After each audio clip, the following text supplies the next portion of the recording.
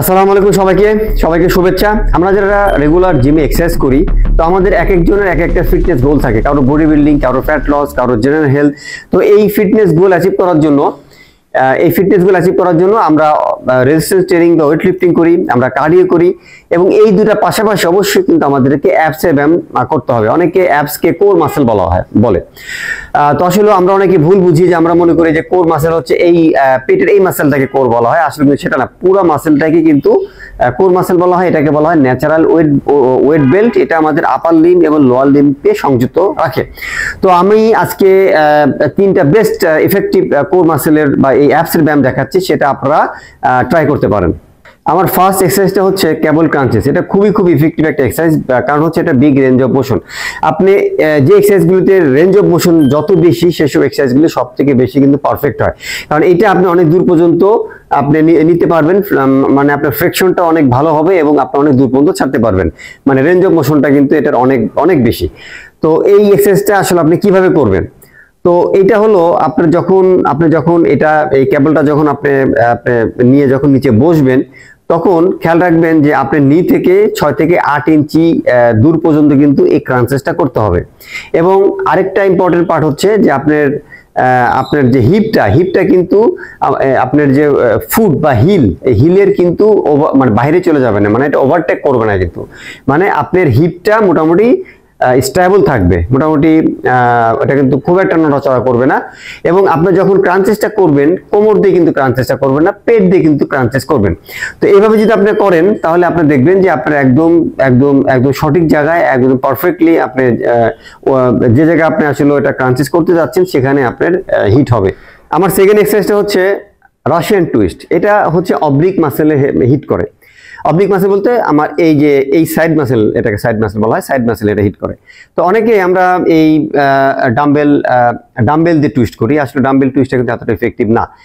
তো তার থেকে অনেক বেশি ইফেক্টিভ হচ্ছে এই ডাম্বেল বা ওয়েট প্লেট রাশিয়ান টুইস্ট। কারণ হচ্ছে এইটা রোটেশনাল এক্সপিরিয়েন্সের কারণে এটা অনেক দূর পর্যন্ত রোটেশন করা যায়, বিধায় এই এক্সারসাইজটা আমাদের অবলিক মাসেলের জন্য অনেক বেশি কার্যকরী। তো এখানে এই রাশিয়ান টুইস্টের মেন টুইস্টটা হচ্ছে, আমরা যখন রোটেশনটা করব, তখন আমার হাতটা কিন্তু এই যে এখানে আমাদের যে এই লাইনে বাইরে চলে যাবে। ঠিক আছে, এই লাইনে আপনি বাইরে চলে যাবে। তো এটাতে ফার্স্ট টুইস্ট। সেকেন্ড টুইস্টটা হচ্ছে যে আমাদের পাটা আপনি একটু এলিভেট করে রাখতে পারেন, কিংবা পাটা আপনি গ্রাউন্ডে রাখতে পারেন। গ্রাউন্ডে রেখে আপনি দেন টুইস্ট করবেন। তো আপনি যখন এই এই রাশিয়ান টুইস্টে অবলিকের মাসেল ওয়ার্কআউট করবেন, তখন আপনি কি হবে? তখন আপনার এই অবলিক মাসেলটা অনেক বেশি কনসিস্টেন্ট হবে, এবং এটার কোর মাসেল বলা হয়। It's a part of core muscle. এই কোর মাসেলটা অনেক বেশি স্ট্রং হবে, এবং এটার স্ট্রেংথ এবং পাওয়ার কিন্তু অনেক বাড়বে, যেটা কিন্তু আপনাকে, কারণ আপনার কোর মাসেল যদি স্ট্রং হয়, তাহলে আপনি যে কোনো ওয়ার্কআউট কিন্তু আপনাকে এই কোর মাসেল কিন্তু আপনাকে হেল্প করে। কারণ আপনি যখন যে কোনো ওয়ার্কআউট করেন না কেন, এই কোর মাসেল কিন্তু আপনাকে সাপোর্ট দেয়। কারণ এটা হচ্ছে, আমি আগেই বলেছি, এটা হচ্ছে ন্যাচারাল ওয়েট বেল্ট। এটা হচ্ছে আপার বডি এবং লোয়ার বডি, এটাকে সংযুক্ত করে। এই জন্য কোর মাসেল যার বেশি টাইট, তার কিন্তু ইনজুরিজ কম হয়। কোর মাসেল যদি আপনি টাইট থাকে, তাহলে আপনি খুব সহজে ডেডলিফট করতে পারবেন, স্কোয়াট করতে পারবেন, আপনার ইনজুরিজ কম হবে।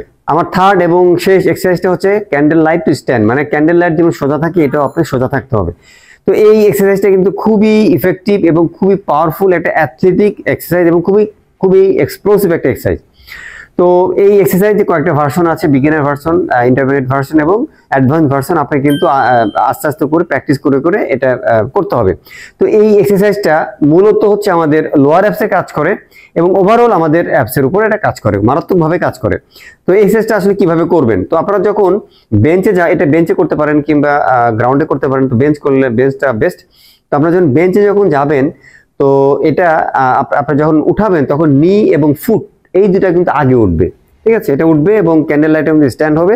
এবং আপনি যখন নামবেন, স্লো নামাইতে হবে। আর যখন নামবেন, তখন কিন্তু হিপ কিন্তু আগে নামবে, এরপর আপনার নি এবং ফুট নামবে। মানে আপনি যখন উঠাচ্ছেন, তখন নি এবং ফুট আগে উঠবে, হিপ পরে উঠবে। এটা রিভার্স হবে, যখন আপনি নামাবেন, হিপ আগে নামবে, তারপরে নি এবং ফুট নামবে।